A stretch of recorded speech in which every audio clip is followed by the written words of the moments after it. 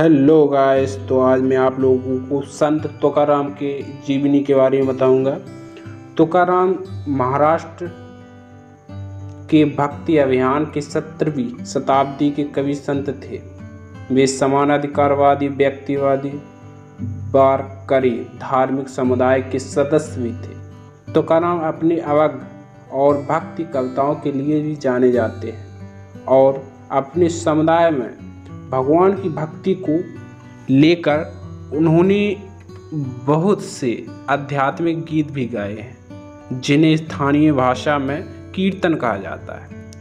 उनकी कविताएं मिट्ठल और विठोवा को समर्पित होती थी। इनकी बाल्यावस्था माता कनकाई व पिता वहेवा की देखरेख में अत्यंत दुलार से बीती, किंतु जब वे प्राय 18 वर्ष के थे, इनके माता पिता का स्वर्गवास हो गया तथा इसी समय देश में बड़ा भीषण अकाल के कारण इनकी प्रथम पत्नी और छोटे बालक की भूख के कारण तड़पते हुए मृत्यु हो गई।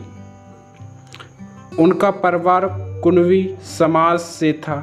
दुनियादारी निभाते एक आम आदमी संत कैसे बना, साथ ही किसी भी जाति या धर्म में जन्म लेकर उत्कृष्ट भक्ति और सदाचार के बल पर आत्मविकास साधा जा सकता है। यह विश्वास आम इंसान के लिए मन में निर्माण करने वाले थे। संत तुकाराम यानी तुकोबा अपने विचारों, अपने आचरण और अपनी वाणी से अर्थपूर्ण तालमेल साधते। अपनी जिंदगी को परिपूर्ण करने वाले तुकाराम जन सामान्य को हमेशा कैसे जीना चाहिए, यही प्रेरणा है। उनके जीवन में एक समय ऐसा भी जब वे जिंदगी पूर्वार्ध में आए हादसों से हार कर निराश हो चुके थे। जिंदगी पर उनका भरोसा उठ चुका था। ऐसे में उन्हें किसी सहारे की बेहद जरूरत थी। लौकिक सहायता तो किसी का था नहीं, सो पांडुरंग पर उन्होंने अपना सारा भार सौंप दिया और साधना शुरू की, जबकि उस वक्त उनकी गुरु कोई भी नहीं थे। भक्ति पर परंपरा का जतन करने नामदेव भक्ति की अवग रचना की। दुनियादारी से लगाव छोड़ने की बात भले ही तुकाराम ने कही तो, लेकिन उन दुनियादारी मत करो ऐसा कभी नहीं कहा। सच कहें तो किसी भी संत ने दुनियादारी छोड़ने की बात की ही नहीं। उल्टे संत नामदेव एक नाथ में सही व्यक्ति इस तरीके से दुनियादारी निभाई। यह संत तुकाराम के जीवन की एक कहानी है।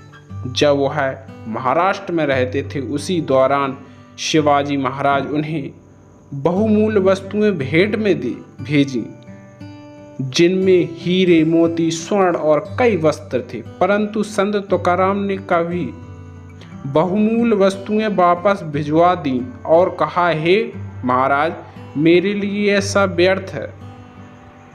मेरे लिए स्वर्ग और मिट्टी में कोई अंतर नहीं है। जब मैं इस परमात्मा से मुझे अपने दर्शन दिए हैं, मैं स्वतः ही तीनों लोकों का स्वामी बन गया हूँ। यह सब व्यर्थ सामान वापस देता हूँ। जब यह संदेश महाराज शिवाजी के पास पहुँचा, तब महाराज शिवाजी का मन ऐसे सिद्ध संत से मिलने के लिए व्याकुल हो उठा और उन्होंने उसी वक्त उनसे मिलने के लिए प्रस्थान किया।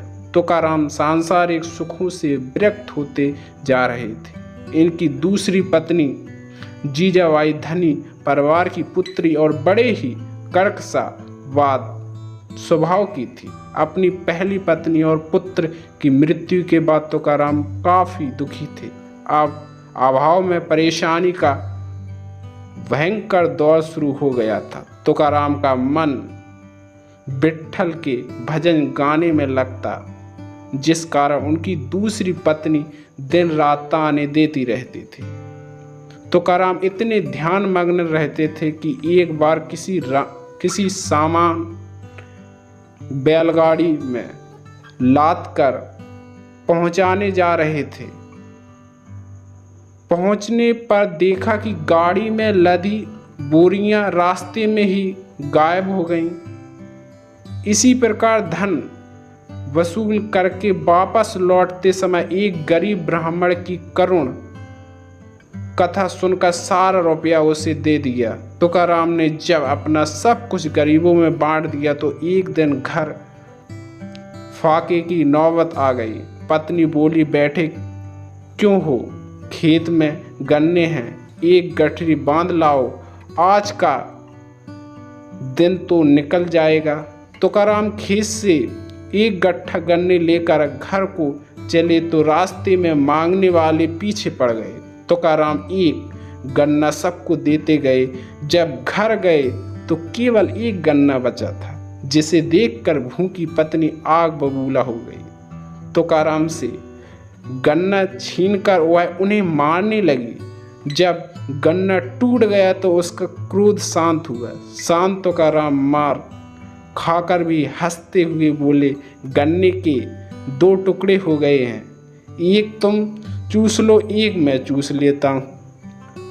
क्रोध के प्रचंड दावानल के सामने क्षमा और प्रेम का अनंत समुद्र देखकर पत्नी की आंखों में आंसू आ गए। तुकाराम ने उसे आंसू पूछे और सारा गन्ना छीलकर उन्हें खिला दिया। ये थी तुकाराम की जीवनी।